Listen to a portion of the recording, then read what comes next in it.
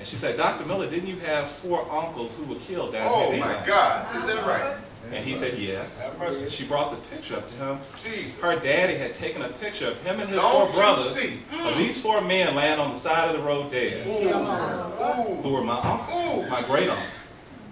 My father said, I don't want that picture. She kept it, she turned it into the University of Arkansas, and it's kept in the archive at the University of Arkansas. And I don't want to gross you out with it. My God. Jesus. But this is my documentary evidence of my connection to Elaine. And I say this,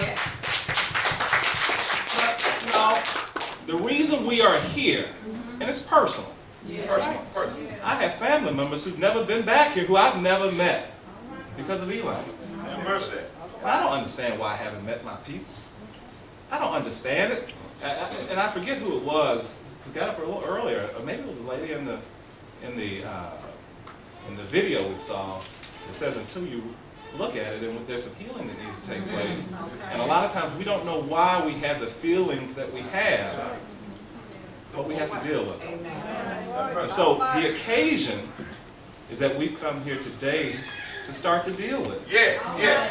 When you talk about healing the land, and I thank all of you who put this program together, because this wasn't something I was going to do. I think it's a little selfish of me to come forward and say, I want you to come out here and pray for my family to come back together.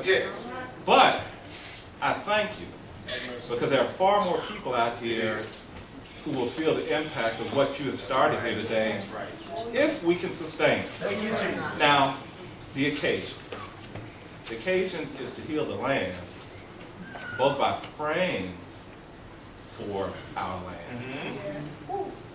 But the other part of that is by forgiving. I'm not talking about that type of forgiveness where we say, well, okay, I'm going to keep remembering and rehashing. I'm talking about the forgiveness that says, I truly forgive anybody who has caused me any harm. And it's time to move on. And so we're here today to pray. We're here today to forgive. And we are here today to heal. Amen.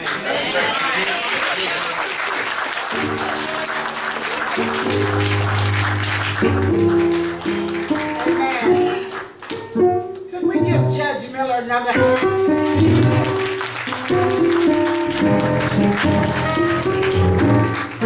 Saying that we now understand the occasion to forgive and to be healed. Amen.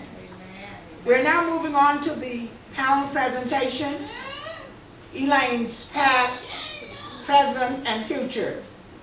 The past will be done by Sister Jessa Detman. Is she present?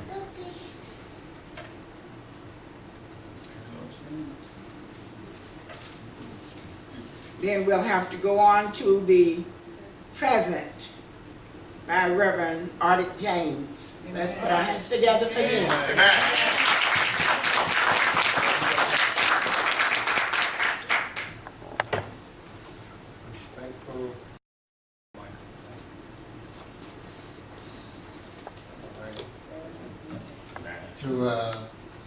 To give glory to God who holds heavenly promise, the thing that He had visualized, bring us into His picture to a fulfillment of His plan for us, and salvation and the fulfillment of the earth. Just have one person to Pastor Sims of this church and to my longtime friend, Pastor Williams, amen, and all of the affiliations here. Amen. Elder Dane. Pastor Otis, who is a part of the community with Ocean, to my friend, Sister Marshall, God bless you. and everybody out Kobe, somebody I know with you. And to all of you who have come on this Keynote Elaine program.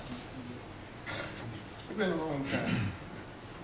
I knew a few guys personally that was involved. One was my pastorship and the other was this pastorship. Overseers which was passed and gone. I told Mr. Stain I was not a citizen in the Arkansas area until 1970 57, around 57, I come here. But I pastored. I've been a part of the community with my children, born and raised up right here in Philadelphia County, and went to these Elaine school and graduated. Amen. And I've been here on next November, 55 years myself. Amen. And pastor 34. Amen. Amen. And knew and known some good people. And most of them were older folks, including Sister Martha's mother. Bless God. Probably many of the folks I've seen in this house knew their mothers and fathers and been part of their fellowship, deacon and all that. And Brother McCrae, grandfather. All of these people fit in me. My 50-some years, part of Arkansas to the county area, and this area, so I'm from Louisiana area, you know, that town across the street over there, amen. For a faculty providence, amen. And I've come here, and I've been here for a while. And since I've been a part of the community, I was on a farm right down the road. I've always been treated respectfully by my employers. But some of them thought I could do most anything, amen. And, but I believe in the Christian way. All right, preacher. And I thought that I live like that. I would walk like that. And I was treated decently and all. And I like to read a verse of scripture out of the book of Isaiah. Would probably say a lot. They say I'm a long-winded preacher. Their opinion. Like when I get up, everybody else got more to say, but they sing on without preaching.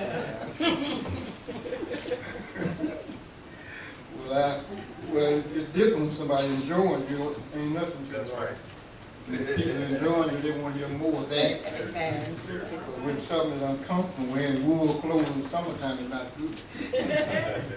Laying in cocoa is not comfortable. Living in conditions is not, fable is not decent. Amen. So it depends on what is your place at that time. In the book of Isaiah, chapter number 65, I believe. I call myself had that all lined up. And, but give me a little time, I'll come to it. I won't be. I enjoy the brother here. Amen. Amen. I used to hear on radio quite a lot. Amen. Even the commentators, they would come on every Saturday. Amen. Get you out there. And they would talk about many good things. And Amen. we try to find a way to hear them. We lost one of them a lot. But I just like learned today, this little family had a whole lot of outreach. Amen. Not just culinary. Amen. They dressed all out in this area. Amen. They were what they call part of the community. Amen. And he's from some of the product of yesterday. Amen. From the past. Amen. Amen. I guess I'll be the future. Because I don't know nothing about exactly what goes on, but I live here among the citizens, and I think it's a good climate. And I like to read out of the 65th chapter of the book of Isaiah. You know, enough time to see what I'm trying to do. Amen. I ain't but 70-some years old now. And I found out the difference in 70-something fault. What I can do it for, I don't do no more. All right. Amen. Everything slowed down. Amen. All right. The point I was making in this particular chapter. Amen. I can use it from 17 verse. All right. Isaiah 65:17. Jesus told his disciples one day, you must forgive one another. That's what he said, preacher. And you do not forgive one another, neither will I forgive you. Yes. I think the experience of 1919 was a lesson to Elaine and the citizens who lived at that time to never repeat that anymore. You realize that it wasn't good. They really, I think, in the future, tried to exhibit through their doing and not to do this, not to be caught up in the situation. And some of the men that talked to me about it yesterday, they wasn't really because they were children of some of the guys who was involved. And one was a friend and his daddy, and the other was actually a victim, his dad, was in the time that we live right down in this area here. So it says here in the 17th verse, for behold, I will create new heavens and a new earth. And the former things shall not be remembered or called to mind. Many of our children, grandchildren don't even know much about this. And because of that, I think Elaine has some good citizens. You see the book around Lambert, Snow Lake, and this is one of the resources. What Elaine have done during the time of the later years since I've been in the city. Good educators, we got some doctors, all these people that have come out of the Elaine Training Center, first Virginia, first around California. Anywhere that I have members in my church have children, they have a testimony that Elaine has healed some of the wounds. All right.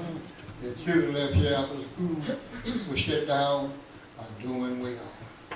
And I think because the people learn from the past. They do not allow themselves to fall into that in the way of experience anymore. And because of that, I believe churches, families, and praying together, usually do well together. Amen. God bless you. Amen.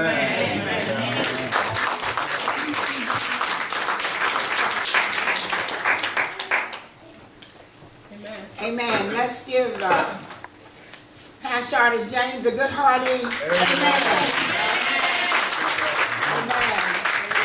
I think the message that he's conveying in the present, amen, we are still moving on. Amen. Having some struggles, some issues, and seeking for answers, but we are moving on. Amen. Amen. And sometimes it's great to have that great something within that enables you to move on in spite of. Right. Amen. So we thank him for being present and thank him for sharing about the present. Now, we failed to get the past, and that's a broad subject, and so many wonderful things could have been said. And I'm trying to maintain my composure and not touch on what others are supposed to do. Amen. But there's just a lot of information here to be given. But the panel consists of the past, the present, which we just heard, and we are getting ready to hear about the future. But before I call the young man up for the future, I want to acknowledge my pastor, as I always do. Elder David Anderson is going to be a part of the prayer at the Hoopsburg healing. Would you just raise your hand, Elder Anderson, so then stand. Just stand and let them see who my pastor is. Great pastor. Amen. Just thank God for him.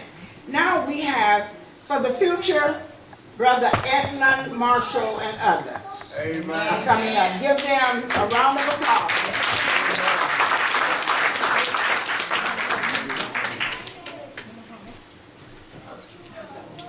Will you bring we need children?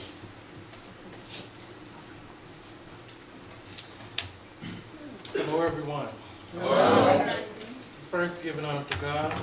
Amen. To our honorees, to everyone in their respective places, and to all of God's precious children. God bless you.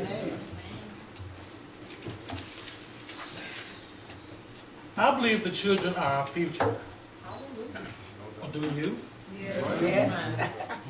Teach them well and let them lead the way. Yeah. All right, Edla. Show them all the beauty that they possess inside. Good. Let's give them a sense of pride. Yes. Let the children's laughter remind us how we used to be. My Lord. Who remember the days when we laughed at every little thing and giggled at everything and life was just a bowl of cherries? Amen. I see our future and we are looking better now. The vandalizers have become evangelizers. The haters has become congratulators. My Lord. My Lord. That's good. The slowful have become full-blown businessmen. All right. I see the ones weeping at night having joy in the morning. The hopeful has become hopeful.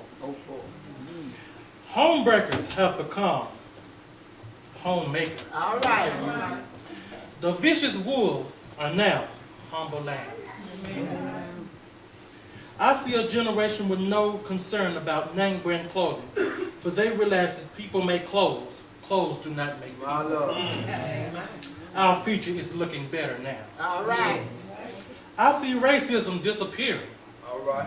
by individuals who have grandchildren in those same families. All right. I see prejudice dissipate to a great extent because we are now so interwoven. We are now thoroughly mixed, not mixed up. All right. Yes, mixed. All right. The Hispanic, the Afro-American, the Caucasian, All right. the Chinese, Yes. the Japanese, Uh-huh. the Portuguese, Uh-huh. and the Vietnamese. We move from blame to responsibility, from poverty to prosperity. In the future, we will not require everyone to learn our language, but we will hold ourselves accountable to learn the language of others. All right. We no longer want to bury the hatchet in each other's sides, but to truly bury the hatchet. All right. Let's forgive. Yeah. That's good. I see our future as soldiers, pants above our waist. All right, sir. No more bagging, no more sagging, That's all right. full of dignity and grace. I see improved housing conditions in every neighborhood. Beautiful ditches, clean sidewalks, and ditches. I see great economic growth and development. Yes. I see the value of certain ethnic groups depreciate and everyone qualified and certified be recognized for higher job positions. All right. I can see less jail cells filled That's good. and less need of rehab beds because someone is spreading the good news of salvation. We can always build the future for our youth, but we can build our youth for the future. I see technology with added dimensions. I see through the eyes of joy a great outpour of the Spirit upon the youth. Our sons and daughters shall prophesy. Yes. Old men dream dreams. Yes. Young men see visions. Visions without action is a dream. Yes. We want to dream, not daydream. I like that. Action without vision is a nightmare. And procrastination is a thief of time. My God. My God. If we are to have a brighter future, we must learn the true meaning of the word unity. Yes. Working together, turning to one another and not on each other. All right. We must learn that the law of sacrifice leads to greatness, but the laws of convenience leads to collapse. Yes. We must know the meaning of love in its most altruistic form. John quotes, "Greater love has no man than this, that a man lay down his life for his friend." Tell a story, Edla. God's love is compared to Coca-Cola. It's the real thing. My Lord. It's like Bayer aspirin. Right. It works wonders. It's like Pan America. It makes your going great. Oh, my Lord. His love is like Hallmark cards. He can send you his very My best. Lord. He is like Scope. It makes you feel clean. It's like Dow soap. It gives you round-the-clock protection. All right. God's love is what we need in our lives to make a better future. All right. Someone said God's love is so great, Right. mathematicians can't figure it out. My God. Psychologists can't reason it out. Geography can't locate its depths. History can't date its origins. All right. Geometry can't measure its heights. Uh-huh. The artist can't take its picture. Physicians can't diagnose it. God's love. Architects can't blueprint it. God's love. Scriptures can't chisel it. Carpenters can't lay its foundation. No. Bankers with all the money can't buy it. The laws can't segregate it. Uncle Sam can't ration it out. All right. The electricians can't improve its light. All right. The masterminds can't understand it. The critics can't deny it. God's love. The poor can't deserve it. Uh-huh. The politicians can't vote it out of the hearts of Christians. Organizations can organize it out of the minds of saints. All right. God's love. God's love. The scientists can't bomb it out of existence. The fire can't burn it up. Uh-huh. The sword can't pierce it, All right. nor can the water drown it. God's love now. Uh-huh. The lion can't eat it up. The enemy can't quieten it down. The devil can't stop its progress. If you value God's love, and if God's love is true, Right. let's use it. All right. If it is just, Yeah. let's choose it. If it is beauty, Yeah. let's wear it. All right. All right. If it is wealth, let's share it. If it is a lesson, let's learn it. If it's a name, let's earn it. That's all right. If it's a bell, Uh-huh. let's ring it. That's right. If it's a song, let's sing it. Let's sing. If it's joy, let's all show it. Get Christ in your life, and the whole world will know it. Then we will have a great future.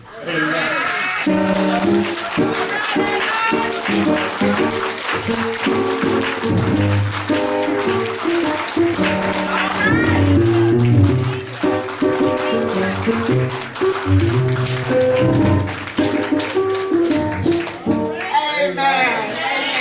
Amen. Give my son another hand.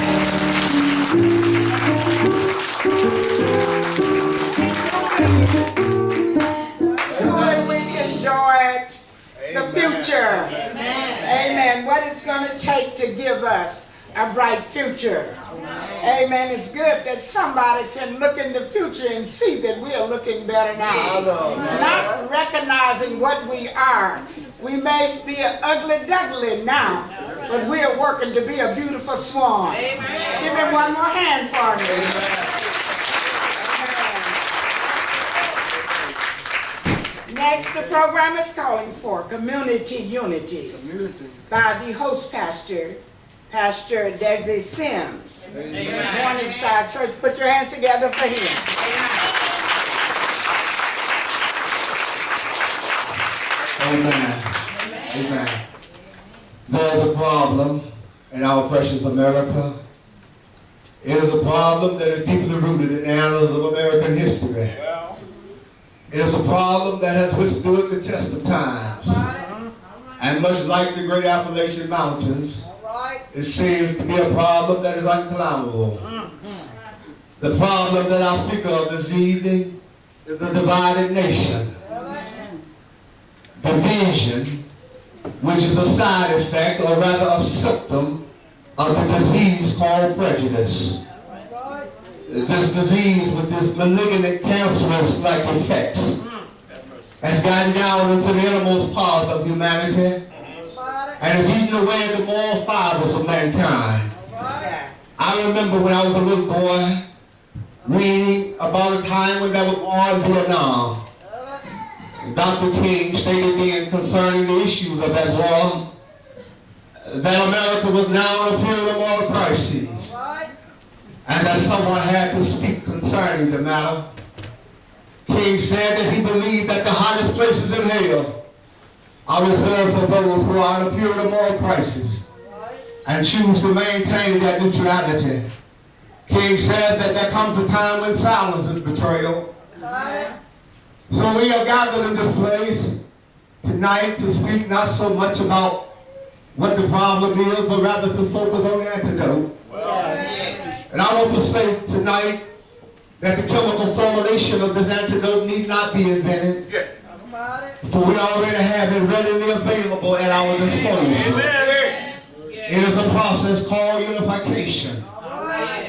The antidote for the ongoing effects of the aftermath of the Elaine race riots of 1919 is a thing called unity. 3 kings talked about this thing called unity. The first man named King was one by the name of Dr. King. As he stood on the platforms of history and declared to a hurting America, whose future was dark and bleak at that time, but King did not give up, for King said, I have a dream. King said, I have a dream that one day this nation shall rise up and live out the true meaning of its creed. One nation under God, my country tis a tea, sweet land of liberty. King went on to say that we hold these truths to be self-evident, that all men are created equal. That's one king. Then there was a little shepherd boy who later became known as King David. King David talked about this thing called unity. King said, behold how good and how pleasant it is for brethren to dwell together in this thing called unity. He said that it was like the precious oil upon the head running down the beard of Aaron running down, he would get caught up in the hem of his garment. King David said that this unity was like a dew that came down off the mountain called Hermon and descended upon the mountains of Zion. King David said that it was at the place of unity. It was at the place where Israel and Judah, the place that they came together, then Jehovah God Almighty commanded the blessings of heaven to go everywhere. That's all right. Then the third king, one by the name of Yeshua Amanais. We call him Jesus, the man Christ, the King of Kings. He said, when you commandment I give you, America, that you love you one another. I want to remind you tonight that we should all do our God-given best to exercise this principle of unity. And I want to further remind you of the fierce urgency of now. There's no time to engage in the luxury of afterwhile, nor to take the tranquilizing drug of graduates. Now is the time to make real the healing of the land. Now is the time for Elaine, Arkansas to rise up from the quicksands of hatred and bitterness and unforgiveness and move on to the solid rock of brotherhood. And it would be fatal. It would be fatal for us to overlook the urgency of the moment. I want to leave you now with a proverb, not from our holy scriptures, but a proverb from the Apache Indians. Because we've done all that we could do right now. We've sung about it. We talked about unity. And we're going to pray some more about it. But I remember in the Apache Indian proverbs, that was this young Indian boy. He was about to turn manhood. And one of the qualifications for becoming a man is that he had to get in a canoe and row upstream. And after the little boy was rowing upstream, he was surrounded. There was a mountain to his right, and there was another mountain to his left. And as he began to row in that canoe, he seen the rocks start to fall down on him, and he began to God, he began to pray in the native Apache tongue, and he just kept on praying, and there was an old Indian chief sitting on top of the mountain. And he looked down at the boy, and he said, that's good, son, keep on praying. He said, don't stop praying. He said, God will move the rocks. He said, don't stop praying. He said, well, son, he said, but while you praying, roll away from them rocks. I wish I had a witness in here.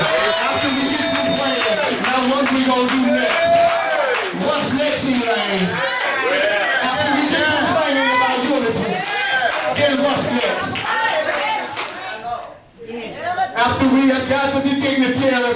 appreciate you, and I do honor all of you. But what's next? Well, We will not stop here. I'm thankful to God for these people that have ignited my fire. I just got to Elaine. well, But we're already, in my mind, Jehovah is moving and he's stirring on the inside of me. well, And we'll be getting ready to call you back together again real soon to develop an action plan. One of the things that I want to do in this community might seem kind of small to some of you, and you might say, what does it have to do with unity? But I have a vision of starting a neighborhood watch program or reenacting it. Now what does that have to do with unity? Well, if we start looking out for one another, maybe we start looking to one another. I'm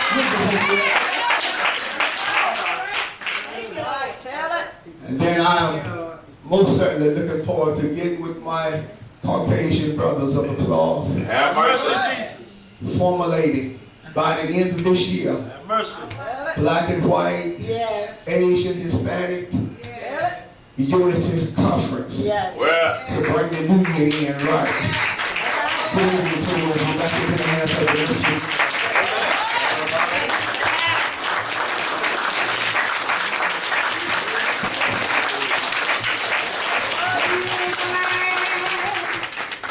Heal the land. God said it would heal the land. My Lord. Heal the land. Yeah. Heal the land. God said it would heal the land. From sea to shining sea. God said it would heal the land. But we need a Pentecost. We need a Pentecost. We need a Pentecost. All right. We need a Pentecost. mercy. God said He would heal the land. I have to get that out, y'all. Put your hands together. Amen. For the Hope Pastor Sims, who truly shared with us unity. Amen. And we know it's going to take a united effort. Amen. To achieve and to be successful. I have truly enjoyed this program up to this point.